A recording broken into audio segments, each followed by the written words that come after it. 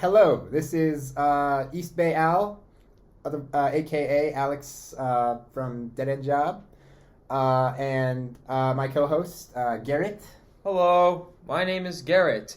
Sometimes they call me Gart, sometimes they call me Lena, sometimes they call me a lot of things. I play in Closet Monster. I am the lead guitarist. We're both Bay musicians. We are both Bay musicians, yeah, and this is TBBBAMs, two bros bitch about music or Bay music. Whatever you want to call. It's a working title. Okay. But T-BAM sounds nice, so. Well, anyways, hi, I'm East Bay Al. I'm 26. I'm a Pisces. I'm the drummer of Dead End Job and the Emergency Broadcast System and the manager of Cascade. Seller of merchandise for Surprise Privilege, Necessary Noise, and a couple other bands. And professional crowd surfer at Straight Jacket shows. I've also driven Closet Monster members to and from shows. Yay! Yeah, I've been fired from that one. That's a long story. But my pronouns are he, but not him, because I'll never be him, if you know what I mean. Anyways, It's good. Oh, now it's my turn. Yeah. Hello, my name is Garrett. I am the lead guitarist for Closet Monster. I'm also the lead vocalist for Circus. I'm also in a band called Market Street Station. There, I do guitar, bass, and vocals.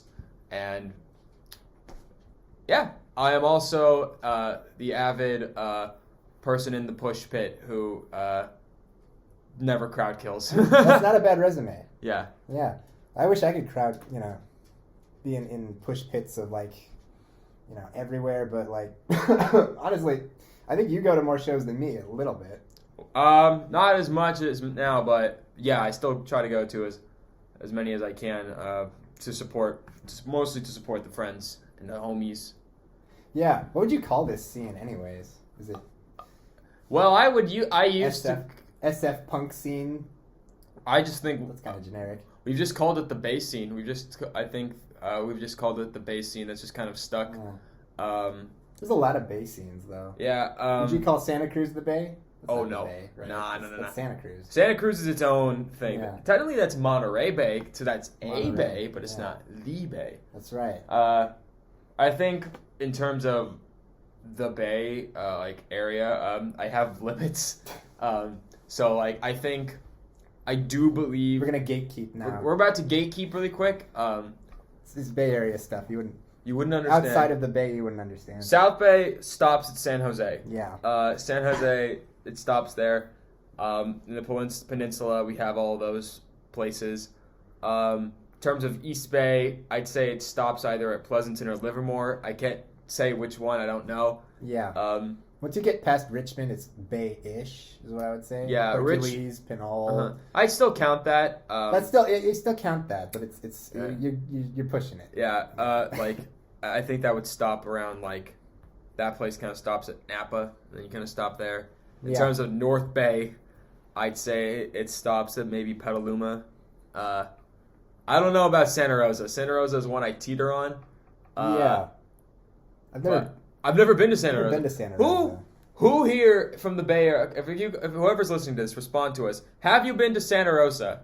If you have, let us know, because I'm convinced it's not a real place. That's interesting because I can't say anything to that. To anyone who is from Santa Rosa, we apologize, but at the same time, where are you going? Yeah. Well, anyways, how you doing?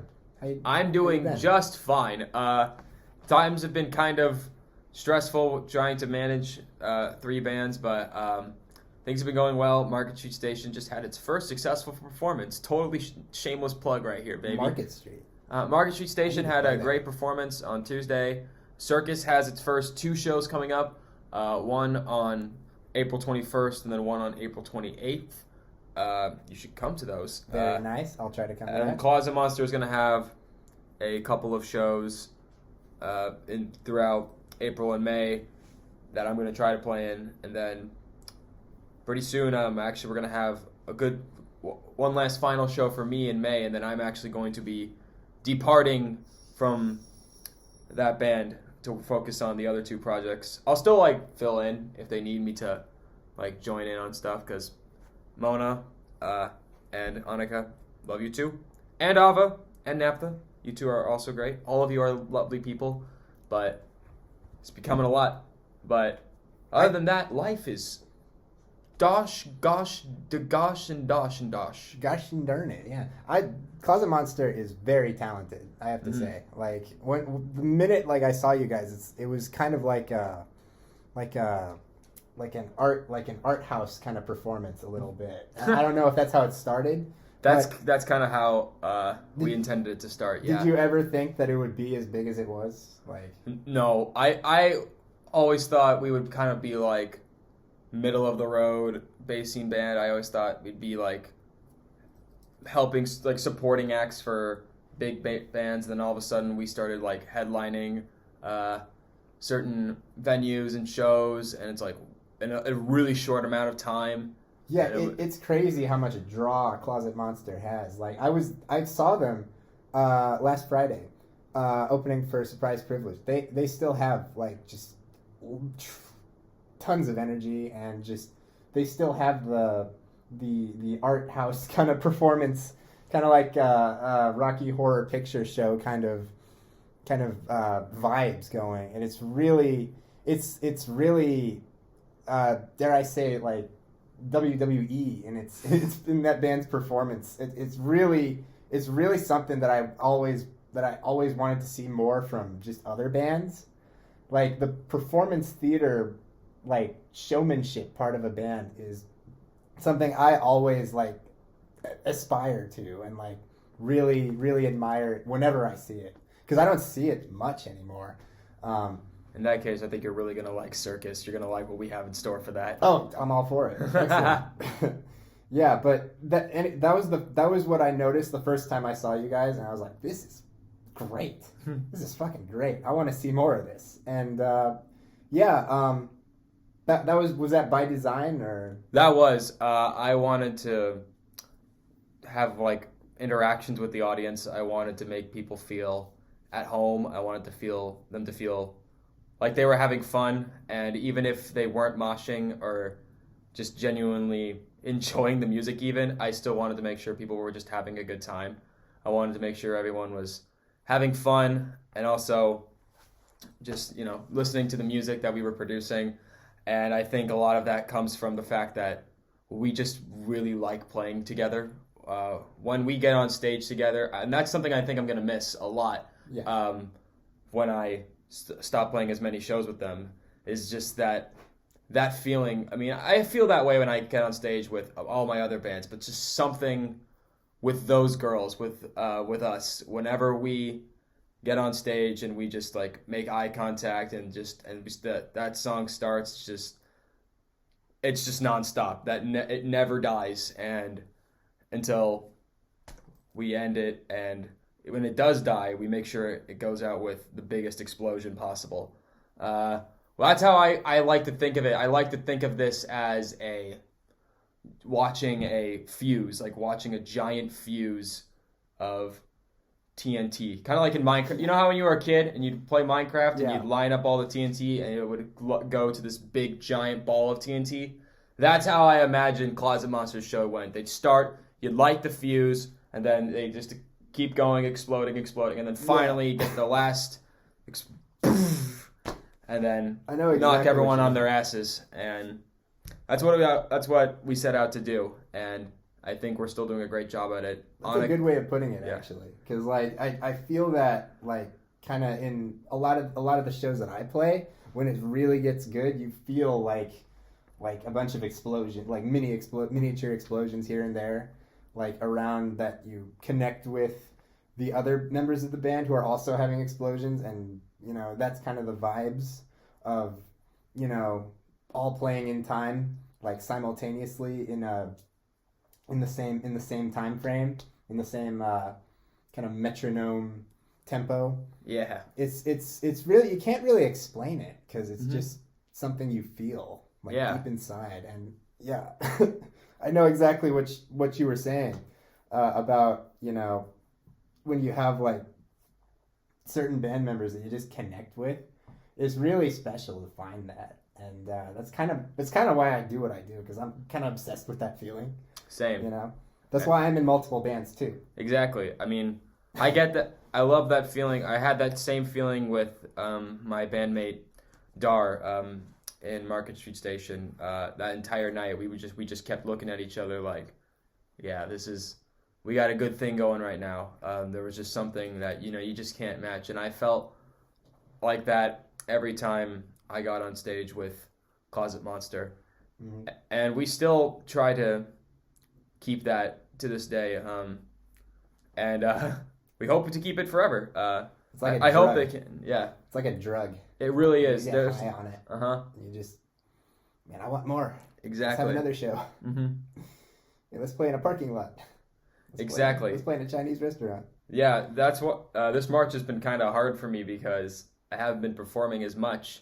I've mostly been working and just planning and writing, and it's been so hard because I just miss performing. Performing for me is one of the biggest reasons I became a musician. Yeah, these days every band has like a secret how they keep the lights on, because like it's a lot harder out there to find like a place to practice and like keep it that way, keep it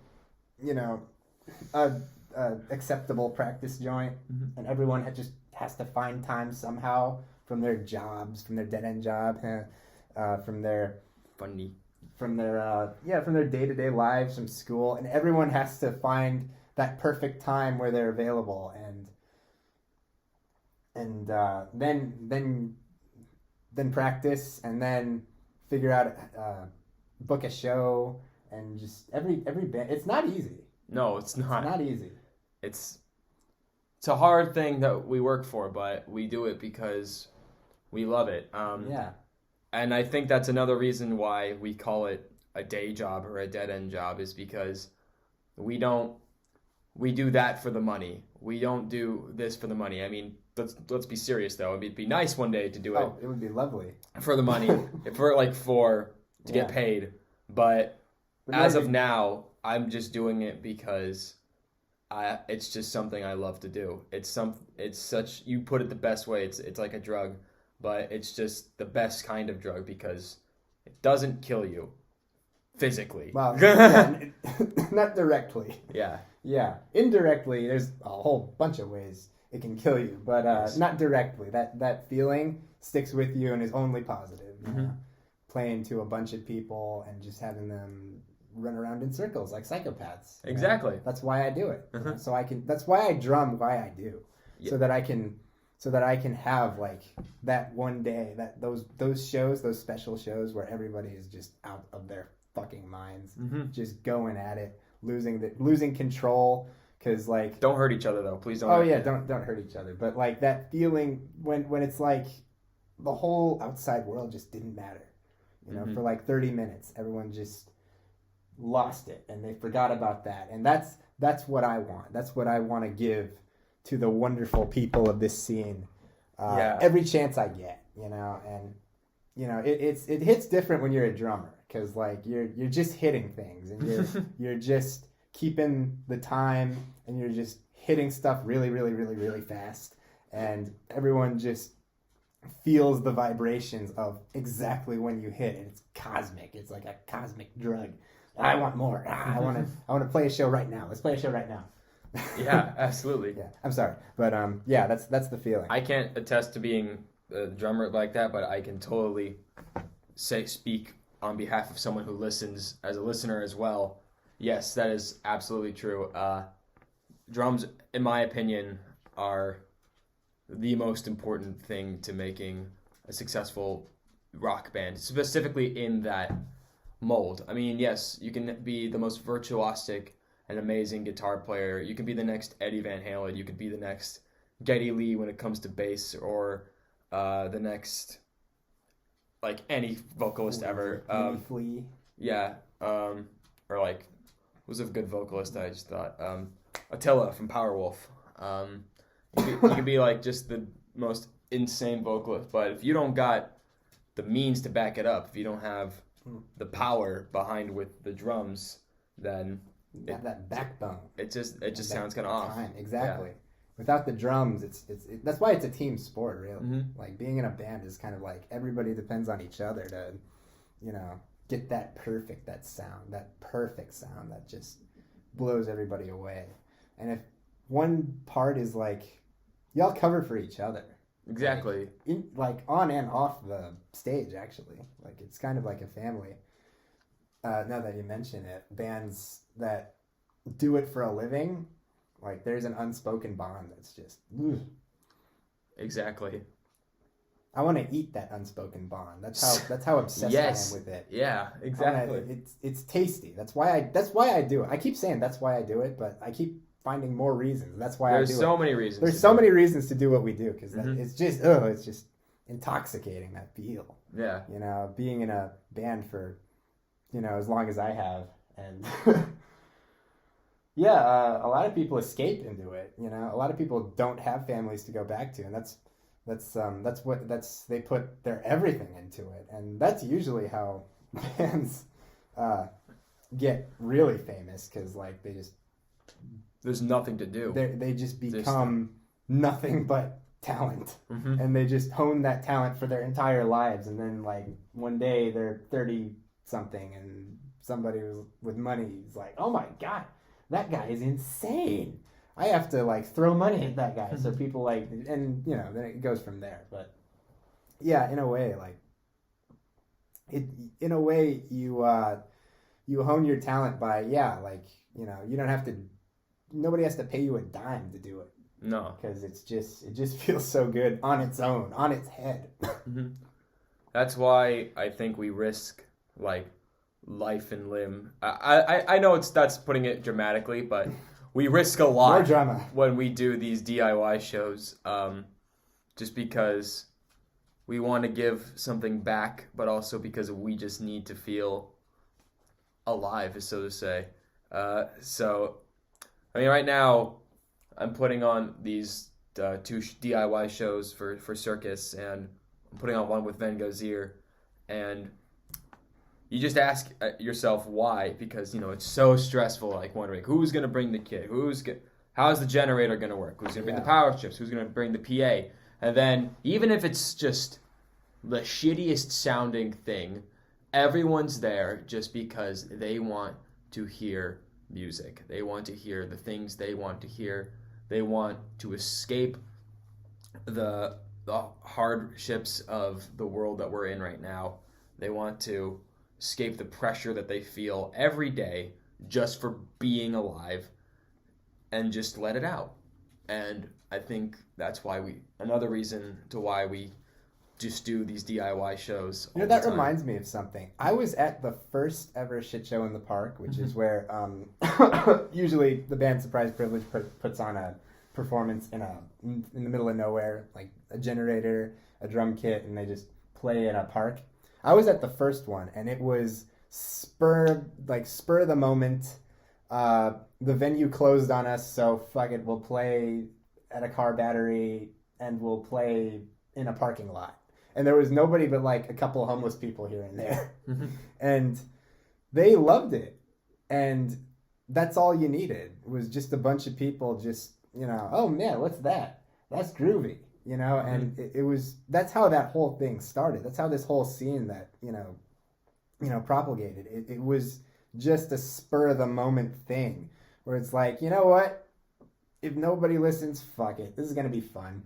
Yeah. And, that's kind of, it's kind of like, it was like adrenaline junkie kind of sport. Cause it's like, we were playing in a parking lot to nobody, but hey, we just wanted to do it.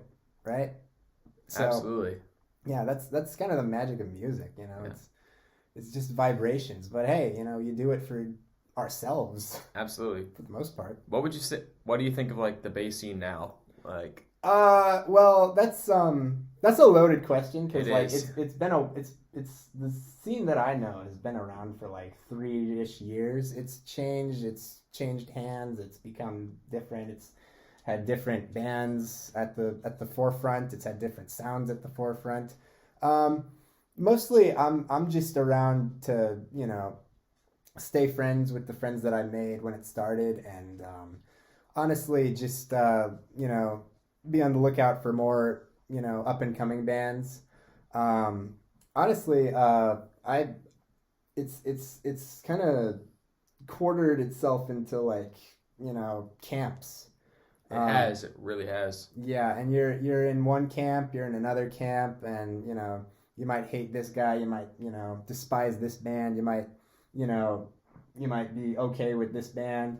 It's kind of I imagine like it'll break off into like two like or three solid things, but like right now it's kind of fractured.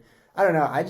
I'm just sitting here like smoking a cigarette like, oh wow, Yeah. that happened. Look out. Yeah, for real. But it's it's for the most part it's just high schoolers being kids. It's just bands trying to play to a big audience. It's what I don't know. What do you think? I think there's been a massive shift as of, I think, November or December to just like big time like hardcore like beat down shit. Yeah, hardcore sound. Yeah, that's what I noticed. I'm not the biggest fan of. In fact, I'm just gonna blatant say it here. Call me a hypocrite for being in Closet Monster, but I don't like hardcore. Not like, I don't mean like hardcore punk, just like, because there's a lot of things you can classify as hardcore. Yeah, everything's like punk. a subgenre now. Yeah, so like... I'm talking about like the beat down, like power violence, crowd kill kind of stuff. I don't like that. At that point, I think it's just kind of lost its meaning. And you can totally say the exact opposite. You can get mad at me for that, and you have every right to. You're in the right to do so, because I'm not someone who listens to it, and obviously the people who would be listening to this, I think a lot of people do listen to that kind of music, and yeah, well, it's just your taste, and I have to say, that's not my first, like, the first thing I listen to on Spotify is like heavy metal, hardcore, like, I like all kinds of stuff, but it definitely changed, and it's like, no, this isn't what I remember this being. It really isn't, and I do miss. I think for me, the peak of this scene for me was because I've only been part of this scene for, I think, about a year and a half now, which is crazy. But I'm still kind of a newbie. And I remember when I first came here, bands like Surprise Privilege were like the kings of the scene. In a way they still are. Yeah, they still are. And False Flag was just starting out, and that's I'm proud of. By the way, False Flag, very proud of you guys. You've earned. Yeah, a lot of bands I'm proud of. I think they've earned their spot. Definitely, they've worked a hell of a lot to get there to where they are. But just for me, I think like the peak for me was early 2022. Oh yeah, when that was fun. When bands like Moms with Bangs, Rail Rage, yeah, like I said, Witch Smelter, a lot of bands come out of this scene. A lot of bands like grew. A lot of bands like branched out. It was really, and that was kind of the peak of it. There was a real sense of camaraderie with that, and I also feel like it was just fun. Like, people were doing this because they wanted to express their opinion and they wanted to make sure that everyone felt validated, but also because people were just having fun.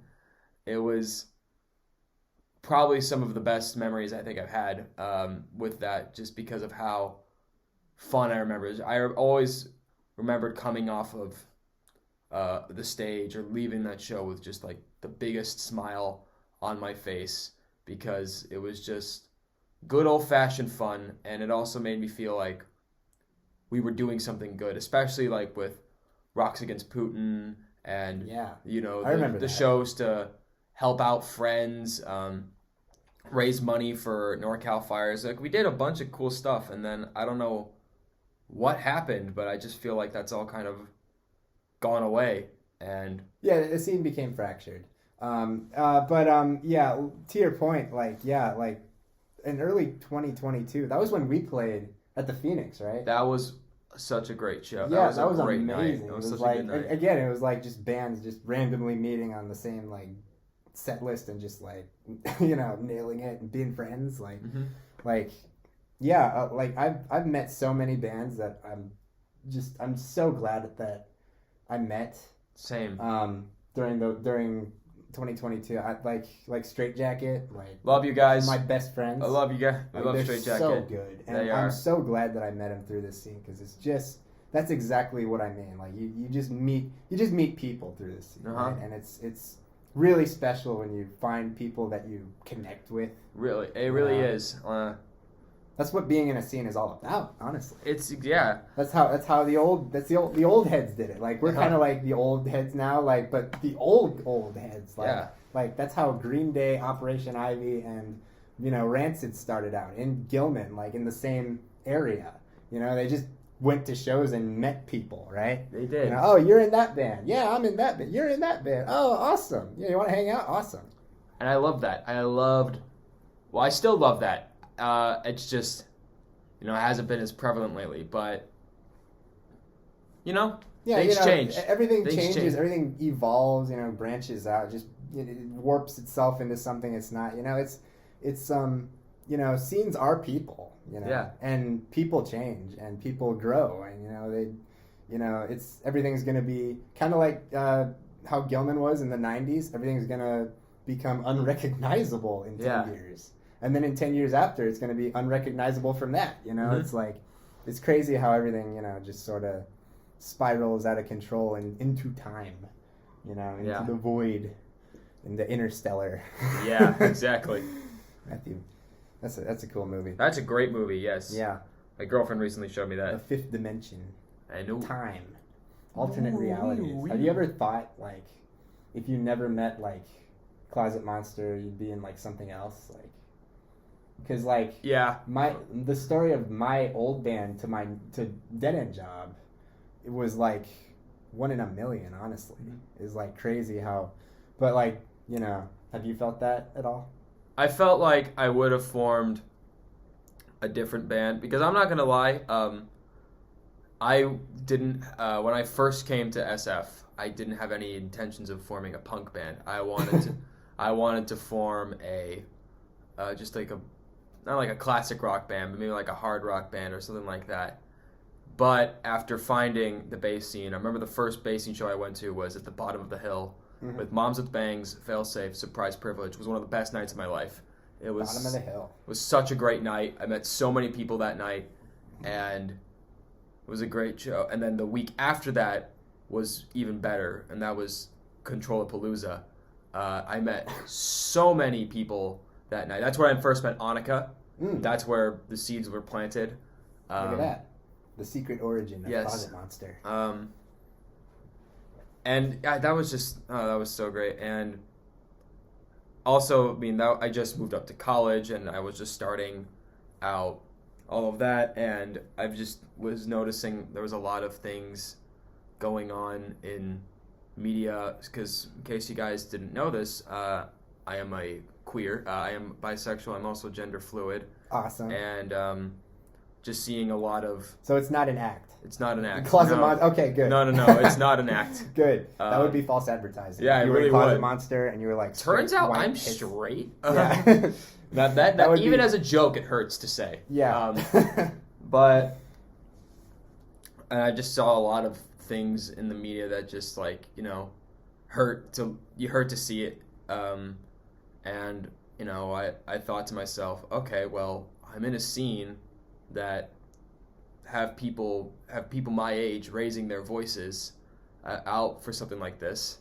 So I want to be a part of that. I want to try to make a difference in that. And that's when I decided, okay, I'll form a punk band. Because at this time I had formed Market Street Station, and we had started writing music, and I said to myself, this is great. This is great music. This is the music I've been kind of wanting to write, but I need something more right now.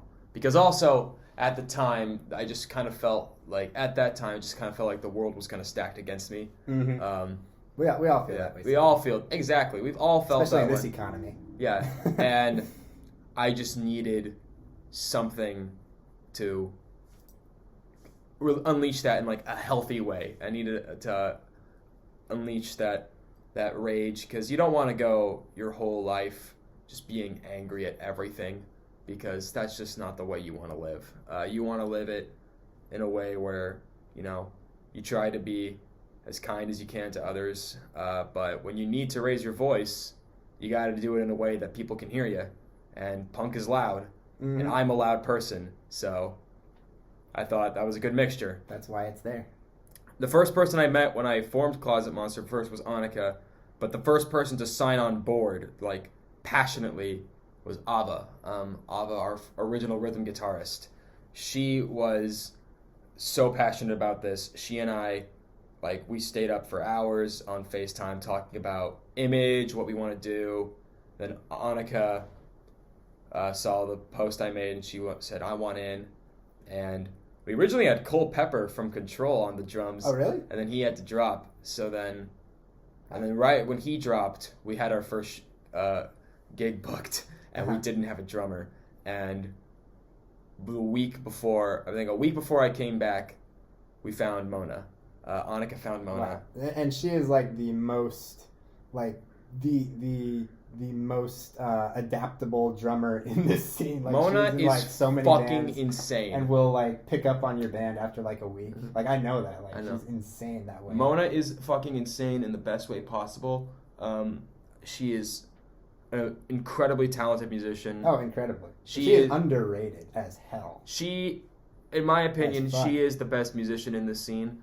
She can play the drums like an absolute beast. She plays the guitar incredibly well. She plays the bass. Can she? I didn't know that. She plays the bass. Amazing. She can play the piano. She does everything, and I don't think we give her the credit that she deserves. Mona, respect. Respect. I respect her. Even if we don't have the same music tastes, you are an incredibly talented musician, so respect. Absolutely. And respect to the highest degree. Drummers have kind of like a thing going, like sibling rivalry going, but like her is just, oh my god, I'm just. So when she signed on board, everything changed. Yeah, you're on that level now. Yeah, but then that's kind of also when we've kind of made the shift in sound. We've started writing more crazier, just fucking insane shit that we would never write on our own. Like writing shit in like 7/4 and 7/4 crazy stuff like that. What about 5/6? I don't know if she's done that yet, but now she's probably gonna get ideas. I have no idea how to do these. I could like try, but I'll forget in like 2 seconds. Mm-hmm. Well, actually, I do know 7/8, but yes, yeah, that's easy. So, you know, Closet Monster has been an absolute hell of a ride, and I'll miss performing in it as much as I did, but I am eternally grateful for just that experience. Because not only was it just a great experience for life, but just as a musician, it was so eye-opening because working with a band like that really just helped me so much in my musicianship with other people. It also made me a better guitar player.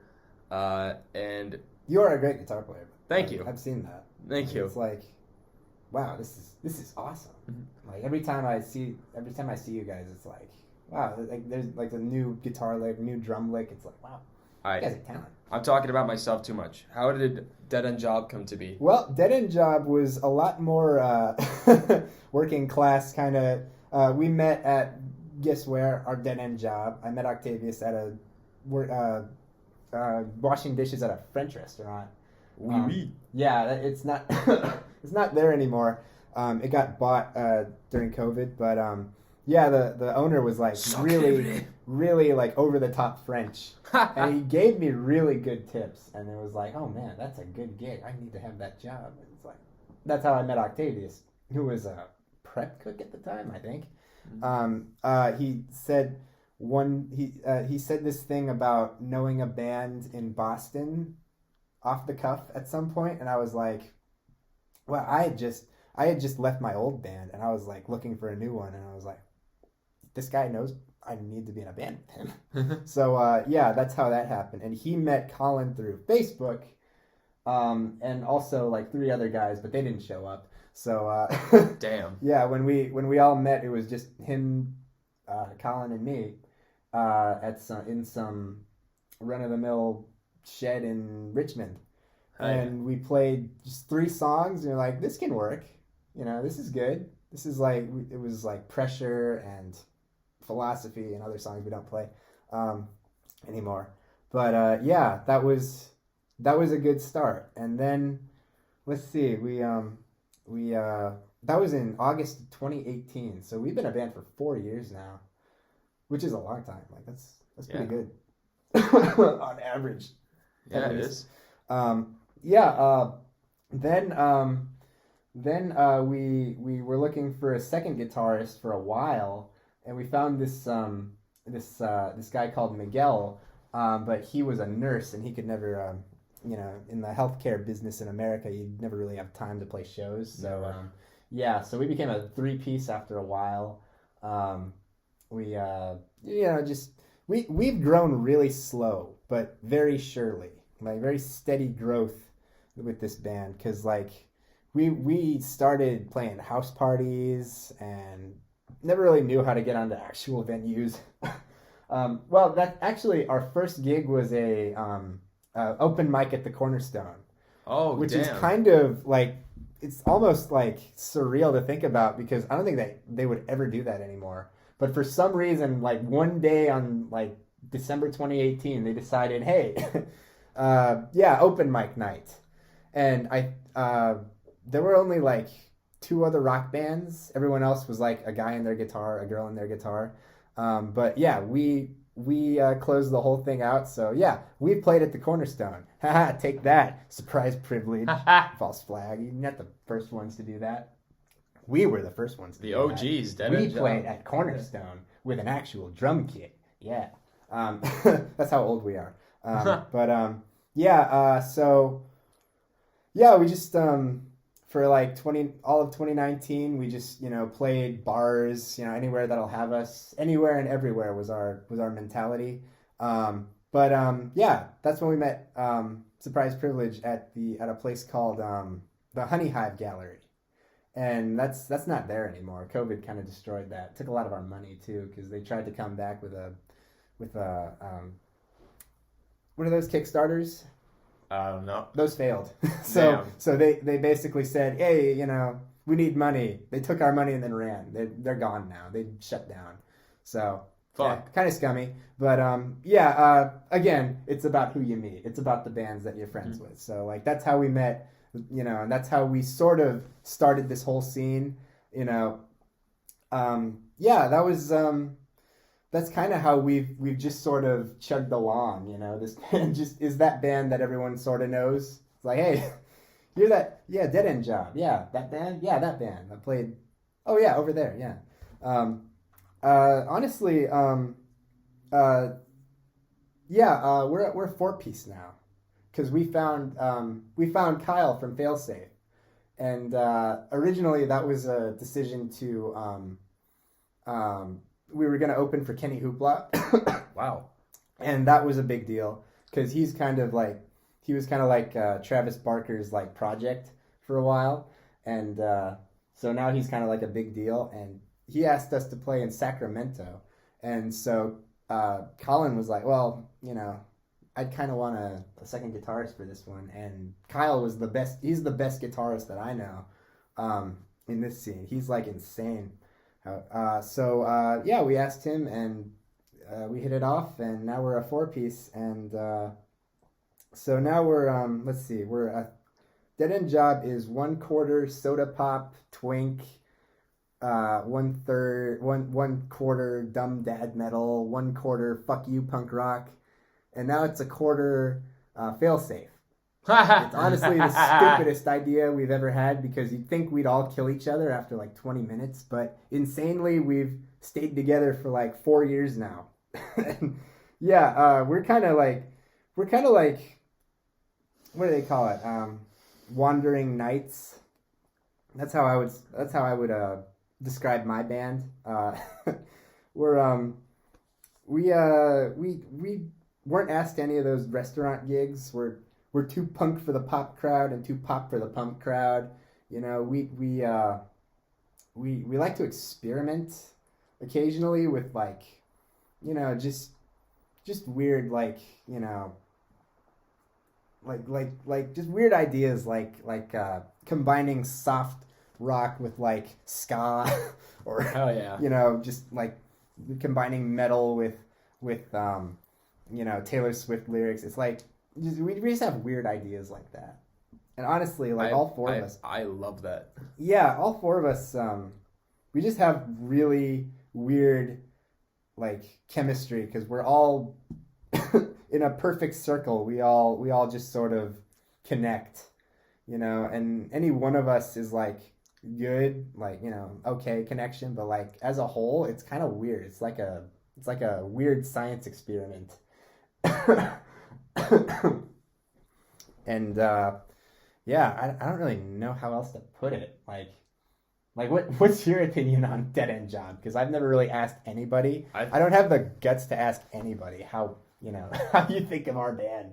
Dead End Job is the punk band I wish I could be in right now. Oh, thank you.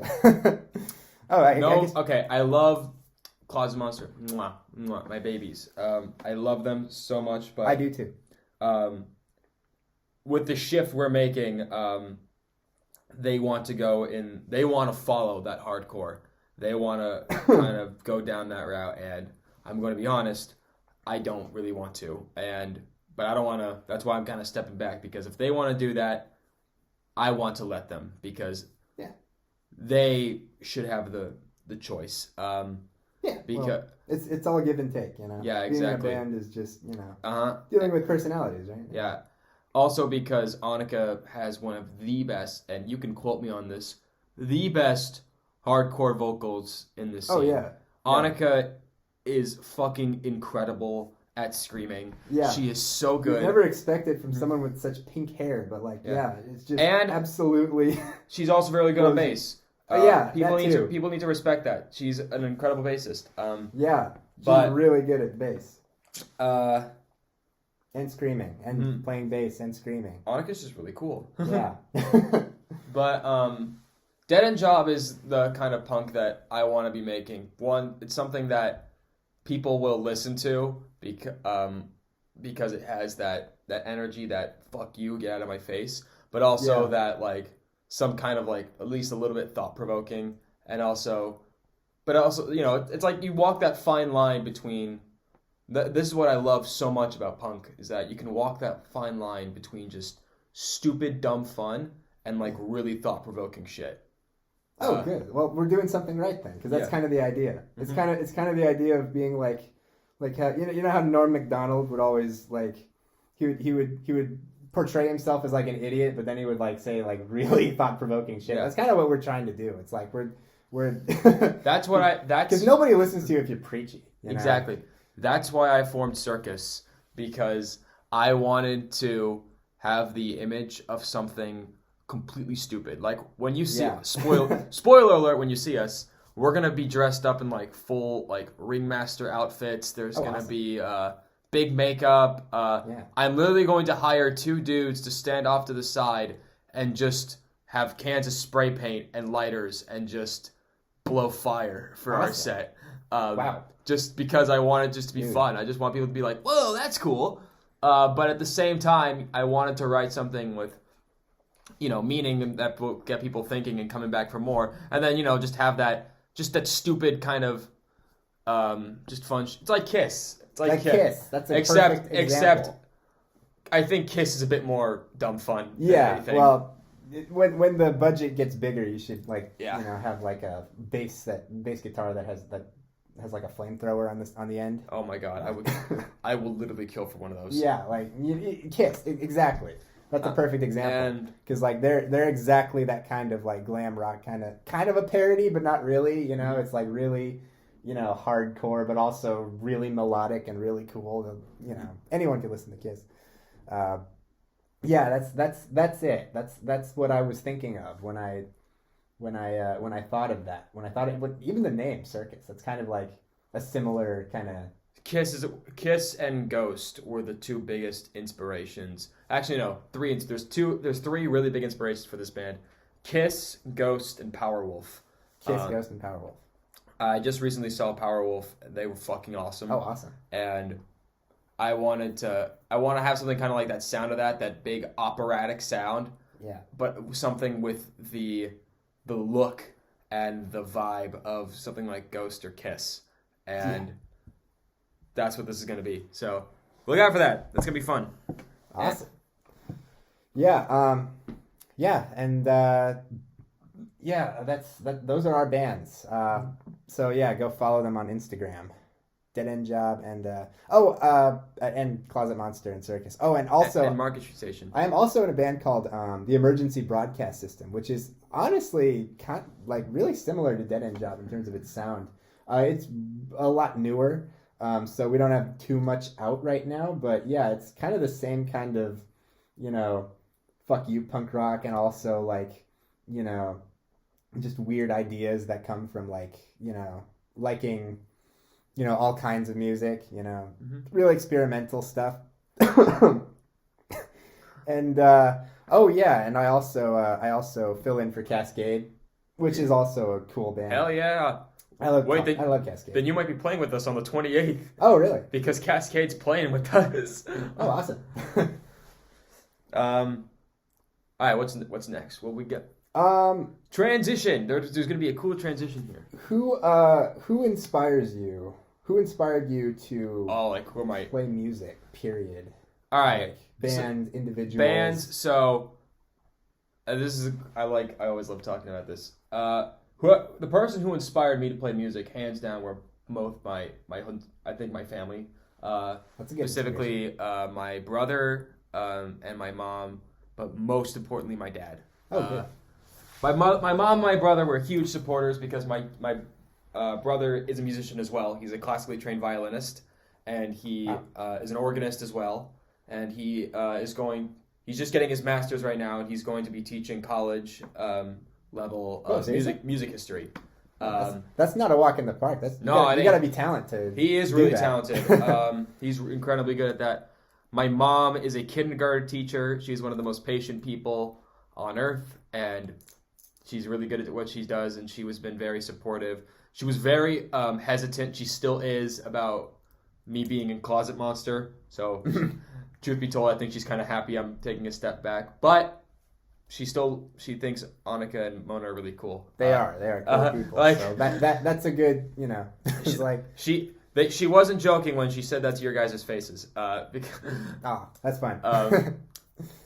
She talks highly a lot of the people that are in the scene, but I don't think she likes the fact that I'm in a hardcore punk band because it's very angry, and her way of solving things is peaceful, talk it out. I aspire to be like that, but at the same time, I'm just like, when words fail, you got to get loud. Yeah, it's an acquired taste. You gotta learn how to. And so that's that. So that's kind of like. But my dad, he always kind of just had this unbiased just filter on music. Literally, one of my earliest memories of music was when we were in the car, and he would always either have this old radio station called The Sound, which is a very famous radio station in Los Angeles that has sadly stopped. Oh, man. And the other one was 95.5 KLOS. Those two would always be on in the car, and no matter what band came on, even if I didn't know jack shit, he'd always be like, "What band is this? What band is this?" And I'd be like, I'm 5. I don't fucking know. I love these. I was in my my parents' I'm 5. Cars listening to the radio stories. It's like, thanks, I'm 5. I don't. Yeah, I think we all have those. Yeah. I think we all listen to stuff that our parents had when we were 5. And to be honest, I didn't really give a shit. Yeah, because I was 5. You don't know what I was between 5, 6, 7. You don't have Spotify when you're 5. It's like, this band. This is cool. My first, but I legit remember the very first, stimulus I got from listening to music that made me think, whoa, was when I was really young. If any y'all young horror nerds are out there, if you watched like spooky shit when you were young, you'll remember Scooby-Doo 2 Monsters Unleashed. Big nostalgia for that. There was a specific scene, looking back on it now, very cringy. Very cringy. But as a kid, most badass thing I'd ever seen. There's the scene where Fred has to fight off the Black Knight costume, and he does it on a motorcycle. And when he gets on the motorcycle, Wanted Dead or Alive, which is now like one of my favorite songs of all time, by Bon Jovi starts playing. And I remember hearing that and going, God damn, that's awesome. And then I got in the car one day. I don't know where we were going. I think we were going to like Disneyland or something, because we could actually afford it back then. Haha. And until they like started screwing people over and inflation stuff. Could you imagine the value of the dollar? Yeah. Both my parents were teachers, and they still are, and they're doing great at it. But that just shows how different things are now. They were both teachers, you know, one of the most criminally underpaid jobs in existence, and we could still go to Disneyland. And gas was only $1. Yeah, but we were in the car, and then that Bonded Dead or Alive came on the radio, and you know, as a kid, I didn't know what it was, so I just Scooby-Doo. I said Scooby-Doo. That's the Scooby-Doo song. Yeah, and I have to say, I have a lot of songs that I learned from early 2000s movies that I watched, like that kind of made my musical repertoire a lot more, diverse. Like I think we all like had a lot of that was early 2000s nostalgia. That was one of the first memories I have. Another memory I had was when I was in preschool, and one of the songs, there were two songs we played all the time in the car from my dad and my brother. One was American Pie by Don McLean, which I still know all the words to because I learned them when I was like 4 years old. And the Weird Al parody of Star Wars, because I am a huge Star Wars nerd, and so was my brother. Not as much as he's more, but we're both Star Wars nerds, and I love the version of that song. It's just, as you do. It's so fun. It's a great parody. It's great. I got in trouble at my preschool once because I was singing not the Star Wars version. I was singing the original version. And there's a line, if you know the song, there's a line that goes, "Them good old boys were drinking whiskey and rye." And I was 4 years old. Like, so they called my parents and they're like, "The fuck is your son singing about whiskey and rye for?" I'm like, "It's a song! You should know this! You're 35!" Yeah. But 4-year-old drinking whiskey. But you're just trying to cover your ass. You know you were. That was yes. Okay. That was the another moment. But I think this is one of the most key moments. This comes from my mom. Believe it or not, my mom is a very big Green Day fan, and when I am 20 years old now. So when I was 2 years old, the cultural phenomenon known as American Idiot happened. That came out. I remember that. And my mom, for I think about 2 years straight, that's all that was on in the car. Yeah, you had to be there because that was like insane. And that was one of the best run of singles that I think you could ever have. Like back in 2004. It was that one, and also because she was one of those few people, and like me, who think Warning is an underrated album. Mm-hmm. It's not great, but it's very good because it has. That's a take. It has my favorite Green Day song, which is Minority. Minority is great. But that was the first swear word I ever learned. And I have this vivid memory of my mom didn't want me to learn it, but I learned it anyway. She would write as it goes, "One light, one mind, flashing in the dark, blinded by the silence of 1,000 broken hearts. For crying out loud, she screams under me, a free for all." Yeah, I'm all. Yeah. I know what you're saying. Without fail, like driving, boom, boom. Yeah, they have. And I never knew what they were saying until being censor happy. But so Bon Jovi, I'd say Bon Jovi, Green Day, and also U2. I'm a big U2 fan. Those were some of my earliest influences of just genuine like rock music that I love. Also Rush and Bruce Springsteen. I think those are the big five of rock that I loved growing up as a kid. Bruce Springsteen, Rush, U2, Green Day, Bon Jovi. Those five. And they still influenced me to this day. But I was never like big into rock. I listened to it a lot. It was still like my favorite genre, but there's still other bands that I would listen to. I had a big Gorillaz phase for a time. Gorillaz. I still like Gorillaz. The band that doesn't exist. I still like Gorillaz, but yeah, I still love Gorillaz too. But like, they don't exist. I know. They're that guy from Blur. It's all a lie. But I kind of had this phase of just kind of falling off, and then I remember this when I was 15, I think. I was 15. 2017, November, Thanksgiving break was 2 days after Thanksgiving. I had the house to myself. I was probably going to play video games for the rest of the night. I don't know what I was going to do. Mm-hmm. But I had the house to myself, and I was kind of like, all right, this is cool.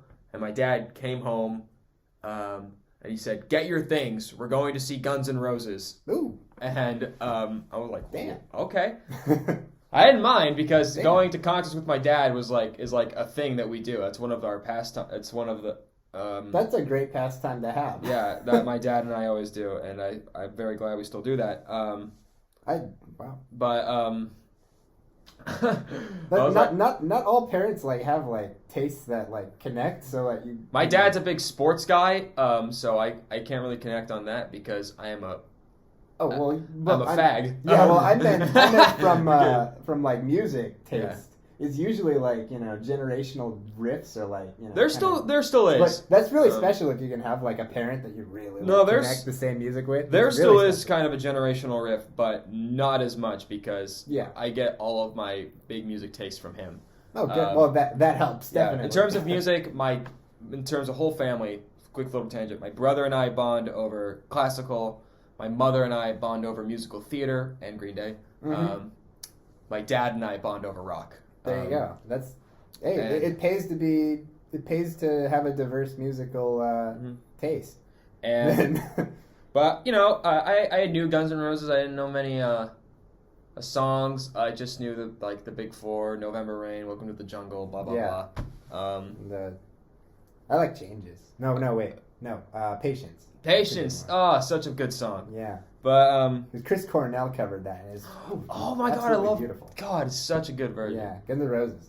So I didn't know what to expect. This was like my first big time, well, not my first big time rock concert, but like the first kind of like classic rock concert. Because at this point, I had seen Bon Jovi, but Bon Jovi and U2, but those were the exception because I had grown up with those. They were like my biggest. So that was the exception. This was like the first time I'd seen a rock band that I didn't know much about. Yeah. And blew my mind. Yeah. It came out. First song was It's So Easy. I remember they came out just hearing that and I was just like, oh shit, okay, I'm in for something else. There you go. And set kept going, and I was never bored. I was just always, I didn't know a single goddamn song except for like but my dad was like telling me this one. I think what also made that night was one, sitting next with my dad, but also I was sitting next to these really drunk dudes, but not like the annoying type drunk dudes. These were the fun type. Yeah. These guys jolly were so much fun because they kept explaining all of the songs to me. And I was like, hi, I'm 15. I don't know jack shit, but thank you. Jack shit. And they kept complimenting my dad because I was the youngest person there, hands down. And they kept saying to my dad, yo, respect, man. Fucking respect. My daughter would never come to this. She listens to that Cardi B bullshit. Good on you, man. Respect. And you find a lot of cool people at these at these old rock bands. One of my favorite stories they told me from that night was when they started playing I Used to Love Her. He was like, nah, man, this song ain't about a girl, it's about a dog. The song's about the dog, man. Yeah. He loved his dog. He loved his dog. But overall, the night was just an amazing night to remember. But the part that made it for me, and this was like a moment, you have that like one moment in life you'll just like never forget. I swear I will never forget this moment. Axl comes out, introduces the band, introduces Duff, introduces the drummer, introduces the keyboardist, and then he has this big pause and he goes, and last but not least, Slash on the guitar. And then Slash walks out and he's got this like swagger, he's got this cool vibe, totally chill. and then he just starts pentatonic scale stuff, and then he started doing some bluesy shit, and then all of a sudden just shred machine, and it went on for about 9 minutes. He just kept shredding and shredding, and 15-year-old me, I'd seen great guitar playing at that point. He's a beast. I'd seen Billy Joel. I'd seen I haven't seen Richie Sambora, but I'd seen Phil X, who filled in for Bon Jovi. I had seen amazing guitar players. I had never seen a guitar player, nay, a musician like that, just fucking pour their heart and soul into something for 9 minutes, and just to think he did this every fucking night, and you could just see the emotion, the love he had for this, and then went on for 9 minutes, and then after that 9 minutes, didn't pause, didn't go off, get water or anything. He went straight into Sweet Child of Mine. Ooh. And then right after Sweet Child of Mine ended, something clicked in my brain, and I didn't really know what it was until I got home. And when I got home, basically it was a voice saying, that is what I am going to do for the rest of my fucking life. And no one in this world is going to stop me. And I keep this mindset to this day. People, and maybe this is not a healthy mindset to have. Maybe it's not, but I don't care, because it's one I have still to this day. And that is, people ask me, like, I say, I want to be a musician. They're like, oh, what are you going to do if that doesn't work? And I'm like, it's not going to work. It's going to happen. Like, nothing is going to happen. It's something. And then they're like, okay, but be realistic. And I'm like, I am being realistic, because that's what's going to fucking happen. Like, that's the mindset you gotta have. I got chills. That is an awesome moment. People, yeah. I think we all have that moment. I think everyone who picks up an instrument has that moment where it's like when they see that guy or whoever it is. For you, it was Slash. Yeah. I'm always going to be a singer first and foremost, but after that night, let's just say I became a much better guitar player. Yeah, you just gets that fire under your ass. You got to work hard. Just get up there. Just be that. So, and that's when I started like writing songs and started doing shit like that. So that was the secret origin of Garrett. That was the night that I decided I'm going to be a rock star. I'm going to be not even just a rock star, just a rock musician. And if you get in my way, you better move quick, because from behind. You better move quick, because these wheels are burning. Yeah, that's yeah. What was the moment like for you? What was that moment like? Well, I've had a whole history of music inspiration. Like I kind of knew from the beginning that I wanted to do this, that I wanted to do music, because my uncle is John Kiffmeyer, the original drummer from Green Day. I've always had that connection. I've always had that connection to just someone related to me has done it, has reached like unfathomable highs. I gotta fucking do that. Yeah. Like it took a while, but in 2010 I decided I was gonna pick up the drums and just do that. It was really that simple, because like it just having that inspiration that's that close, like from the Thanksgiving dinner table, it's like, man, like I'm so close already just by being related to him. What are some of your favorite drummers? I gotta ask that. Well, my favorite drummers have a couple have always stayed consistent. Number one, Dave Grohl. Absolutely. Yes. Just hard-hitting beast of a drummer. And he, like me, he seems to be a junkie for like being in multiple bands, and like he really does. Yeah. Like he knows it's like it's a drug. Like the more bands you're in, the more fun it is, right? Like, I mean, he's in Tenacious D, for Christ's sake. So like, I know. So yeah, Dave Grohl, absolutely. Taylor Hawkins, rest in peace. One of my main inspirations. Wait, you want to know something really jealous? It's gonna make you like want to kill something. What? My dad was at the tribute show in L.A. for Taylor Hawkins. Really? I wish I was there. Dude, so was I. Dude, Yeah. He said it was one of the best fucking concerts of his life, and I was like, yeah, no shit. Yeah, you saw everybody John played Paul Jones. Yeah, Bassist for everybody. Led Zeppelin. Yeah, everybody played that. I have a story about Taylor Hawkins. I'll save it for a little. Go ahead. I have met the dude. Oh man, I have met the dude. In Cleveland, I walked down from my hotel, and he was talking to my mom.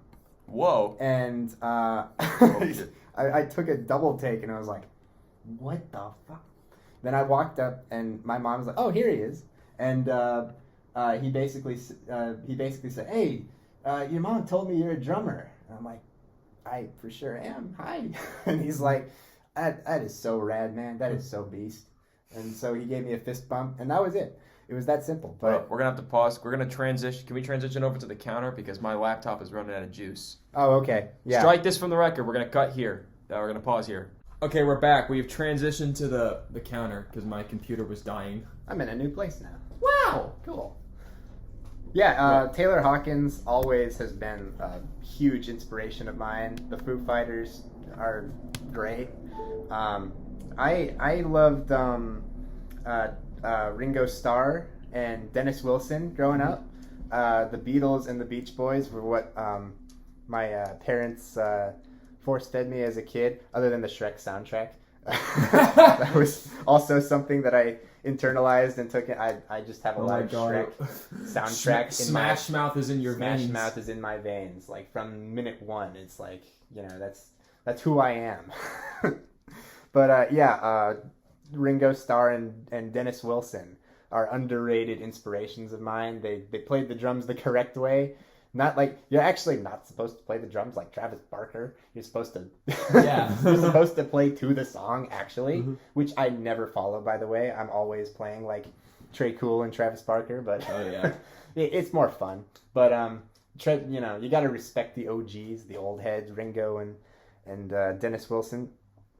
Keith Moon also. Oh my God, yes. Is an absolute beast of a drummer. Holy crap. When in his prime in the Who is just, to this day, like, you know, drums around the globe are like shivering in fear because like he made so many drums explode. It's crazy. Trey Cool, one of my, I think all of us have always had like an old Green Day like inspiration moment where it's like, wow, because let's be honest, everyone loves their songs at some point. Yeah, in your life, you can outgrow them, but you will always like them at some point in your life. You can't. Looking at you, Mona. Looking at you, Mona. You can't escape. Can't escape. Yeah. For me, my parents had lots of influences that they a lot of bands that they liked that I picked up and like, wow, this is great. Like my mom liked Los Lonely Boys at a point, and you know, I practiced to that. My dad had this band called the Mavericks that he fell in love with, and you know, I went to go see them. They were, you know, it's always nice to you know, go to concerts with your parents, even if you don't, you know. And I like the Mavericks, but it's so different from what I do now that it's almost like, you know, it's like you gotta fight to, you know, find other influences and different genres and different, like, as a drummer you have to find, like, you know, more inspirations every day, you know, and that's what I tried to do, you know, when I was learning how to play drums. In high school, Nirvana was a big one. Yeah. Nirvana really, you know, kept me going in really difficult parts of high school. You know, Cobain, you just can't say anything bad about it. He was just talent. Nothing more to say about that. When I was in college, it was the Dead Kennedys. I love that super fast punk rock. I started to just eat up all of. I even listened to Jello Biafra's spoken word albums because I was just, you know, I just couldn't get enough of this band. You know, I saw the Dead Kennedys live in Berkeley. That was amazing. Rancid and the Dropkick Murphys. They're kind of similar. Definitely. In how they're. In fact, I saw them play together. Wow. They had it was called the Boston to Berkeley tour, where I saw them play in the amphitheater in Stanford, and they were just that was one of those special shows because, like, Rancid is from here and they grew up here, And so it was really a homecoming moment. It was great to see. It was great to be able to see them. And, of course, the Dropkick Murphys are amazing. Wait, I got to mention something like that really quick. Yeah. Recently, I just saw Exodus at with Anthrax and Black Label Society at Fox Theater in Oakland. Mm-hmm. They opened, and it was so cool to see because there were people there from like the original thrash metal scene from the Bay Area, and they were just coming to see them, and just the way the singer talked about how happy he was to be back. It was a cool moment. It was just one of those cool moments. It's like what literally the first concert I saw here was the Hella Mega tour with Weezer. I was there. Fall Out Boy, agree. Yeah, it was so cool just to hear Billy Joe just talk about. Yeah. I'll talk about that later because that's like a whole different story. Like I have a lot of. We're already running long here. But I have a lot of friends who saw that too, and everyone could. Amazing I couldn't tell show, you by the two way. people Amazing who didn't show. love that show. Yeah, like it was in San Francisco. It was just, they were on all cylinders. But yeah, a couple more inspirations for me. Weird Al Yankovic. Yeah. He kind of made me realize that music can be funny. Music is funny because like you can laugh, you can cry, you can like run around in circles like a fool, but like you got to be taught these things that music has like different. It's like a Swiss Army knife, for your brain. Like you can, and Weird Al is the funny man for music. As a kid he made me fucking crack up because he just had so many songs. I remember listening to The Essential Weird Al with my brothers and my dad and just fucking losing our fucking heads because these songs were just so funny, and yeah, like a lot of us take music a little too seriously. Weird Al, he's like, hey, we're just here to fucking laugh and have a good time, Yeah. Play a fucking accordion. Like how many people can you say makes you laugh and plays a fucking accordion? Exactly. He's the man, finally, Andrew WK. Andrew WK is a big inspiration because he has such a niche angle that he tackles music. He's the party guy. He makes parties. That's it. He makes music about partying, and that's it. Like, that's all you need, And I remember. Wasn't he born in Stanford? Yeah, he was born around here. Let's go. The Madden soundtracks, when I was a young pinhead playing Madden football 2003, yeah. Andrew WK's Party Hard came on. And at the time, it blew my fucking brain out of my skull. Because that was like the first time where I was like, music can be like that? Music can make me feel like intense 10 out of 10 feeling. Like out of my... That was like an eye-opening moment for me. It was like, wow, like he did something somehow that made me just want to break shit as like a 7-year-old.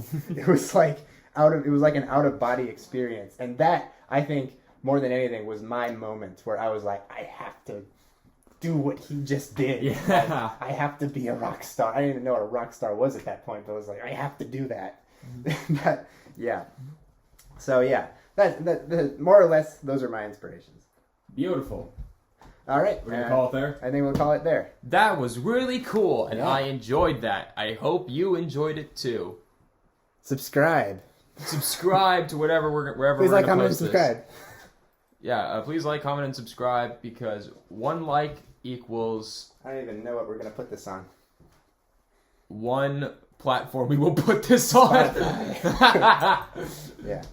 Totally just didn't rip off Curtis Connor there. All right. Thank you for listening. I'm gonna go home now. Right, okay, bye. TBBBAMs, bye. Bye.